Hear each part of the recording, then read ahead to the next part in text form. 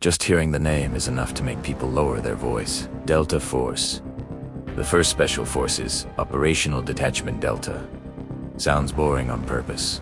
That's the point. These guys don't want you to know they exist, but if you've followed modern special operations, you already know they're the tip of the spear. Founded in 1977 by Colonel Charlie Beckwith, who basically looked at the British SAS and said, "I want that, but louder, meaner, and with unlimited funding." Delta operates in total secrecy. For years, the Pentagon wouldn't even admit they existed. Their operators don't wear uniforms or unit patches. They grow their hair long, wear civilian clothes, and look more like guys who play acoustic guitar than elite commandos. Don't let the beard fool you. Their missions include hostage rescue, high-value target raids, and counter-terrorism operations at the absolute highest level. The selection process is legendary. Weeks of sleep deprivation, brutal land navigation with impossible weights, and psychological pressure designed to make you quit. Most do. The few who don't become Delta operators. They were at Mogadishu in 1993. They hunted Havali targets in Iraq. They've done countless missions you'll never hear about, because Delta prefers it that way. Then there's DEVGRU, Naval Special Warfare Development Group, better known as SEAL Team 6. Fun fact, when the Navy created SEAL Team 6 in 1980, there were only 2 actual SEAL teams. Commander Richard Marcinko named it 6, specifically to confuse Soviet intelligence into thinking there were more teams than actually existed. The name stuck. DEVGRU is the Navy's answer to Delta Force. They specialize in the most sensitive, dangerous, and classified operations America conducts anywhere on the planet.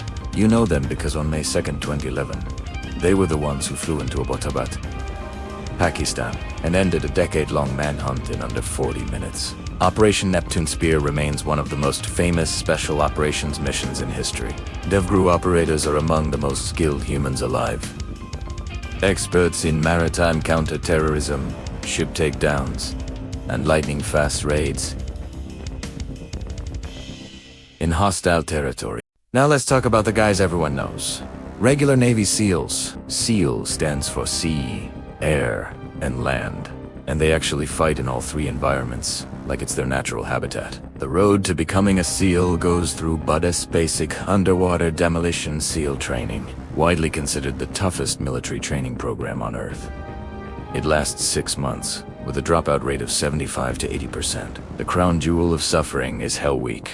5.5 days of continuous training with less than 4 hours of sleep total. SCALs conduct direct action raids, special reconnaissance, counter-terrorism, and foreign internal defense. They've been in Afghanistan, Iraq, Somalia, the Philippines, and dozens of places that will never appear on deployment patches. Statistically, they're also more likely than anyone else in the military to write a best-selling memoir. The 75th Ranger Regiment lives by one motto: Rangers lead the way, and they mean it with every fiber of their being. Rangers are the U.S. Army's premier light infantry shock troops. Fast, aggressive, and disciplined. They're trained to strike anywhere in the world within 18 hours of notification. That's not a slogan. That's literal. The regiment consists of 3 active duty battalions, plus a special troops battalion, all rotating on alert cycles. At any given moment, part of the regiment is packed, ready, and waiting for a phone call that could send them halfway around the world. Ranger School, separate from actually joining the 75th, is its own legendary institution. It's a 62-day course designed to strip soldiers of sleep, food, and comfort, then demand they still perform as leaders. Many elite soldiers from other branches go through Ranger School, but never join the regiment. Real Rangers are professional raiders. They've mastered airborne operations, air assaults, direct action, and urban warfare with almost paranoid levels of precision. If a building needs to be cleared right now, these are the guys they call. The Green Berets are the quiet professionals. These are the guys who will learn your language, drink your local tea, spend months building trust with villagers, and then quietly help you dismantle an insurgency network with a smile. Officially known as U.S. Army Special Forces. They earned the right to wear the Green Beret in 1961 when President John F. Kennedy called them a symbol of excellence, a badge of courage, a mark of distinction. Their primary mission isn't always direct combat. It's foreign internal defense and unconventional warfare. meaning they go into a country, find local forces or resistance, train them, equip them, advise them, and fight alongside them to achieve strategic goals. They are forced multipliers. A 12-man operational detachment, Alpha Oda, can effectively multiply into hundreds of capable fighters when done right. Every Green Beret is a specialist in one of 5 areas: weapons, engineering, medical, communications, or operations. But they're all the medic can shoot. The weapons sergeant can do field medicine. Everyone can do a little bit of everything. They also must learn foreign languages, because how do you build trust with someone if you need a translator for every conversation? Green Berets have a level of patience most other special operations units don't need. They play the long game, and historically, that's how wars are actually won. Marine Raiders are the ones who flip the table, win the fight, and then politely help you set it back up. The Marine Corps Force's Special Operations Command MARSAC was officially activated in 2006, making it one of the younger members of the Special Operations community. But don't mistake young for inexperienced. Raiders draw from the most competitive Marines, and their lineage traces back to the original Marine Raider battalions of World War II. The core unit is the Marine Special Operations Team, MSOT, a 14-man squad with structure and capabilities similar to an Army Special Forces ODA. Raiders conduct direct action, special reconnaissance, counter-terrorism, and foreign internal defense. They operate alongside partner forces in some of the world's harshest environments. Their unique edge comes from their Marine DNA. That tough. Expeditionary mindset built around rapid deployment from the sea and fighting in austere conditions with minimal logistical support. If Green Berets are the patient chess players of special operations, Marine Raiders are the ones who flip the board, win the fight, and then politely help you set it back up. Pararescuemen? The PJs are the Air Force's answer to the question.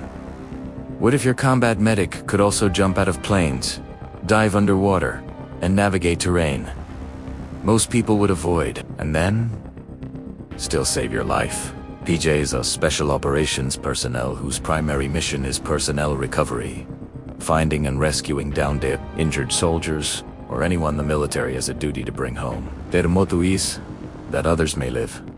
It's not marketing. These guys will run into hostile territory to save a downed pilot or wounded operator. Their training pipeline is one of the longest in the US military, nearly 2 years. Including Special Operations Combat Medic Course, Military Freefall School, Combat Dive School, Survival School, and much more. When a PJ earns the right to wear the Maroon Beret, he is a qualified paramedic, combat diver, parachutist, and a trained operator capable of self-defense while treating patients under fire. Finally, the Night Stalkers, the 160th Special Operations Aviation Regiment. The men who fly Delta Force and DEVGRU into the missions you never hear about. If special operations is a team sport, the Night Stalkers are the ones who get everyone else into the game. They fly at ultra-low altitude, in weather that grounds most other aviation assets, with a level of precision you have to see to believe. Born out of the failure of Operation Eagle Claw in 1980, the 160th provides dedicated aviation support for special operations missions.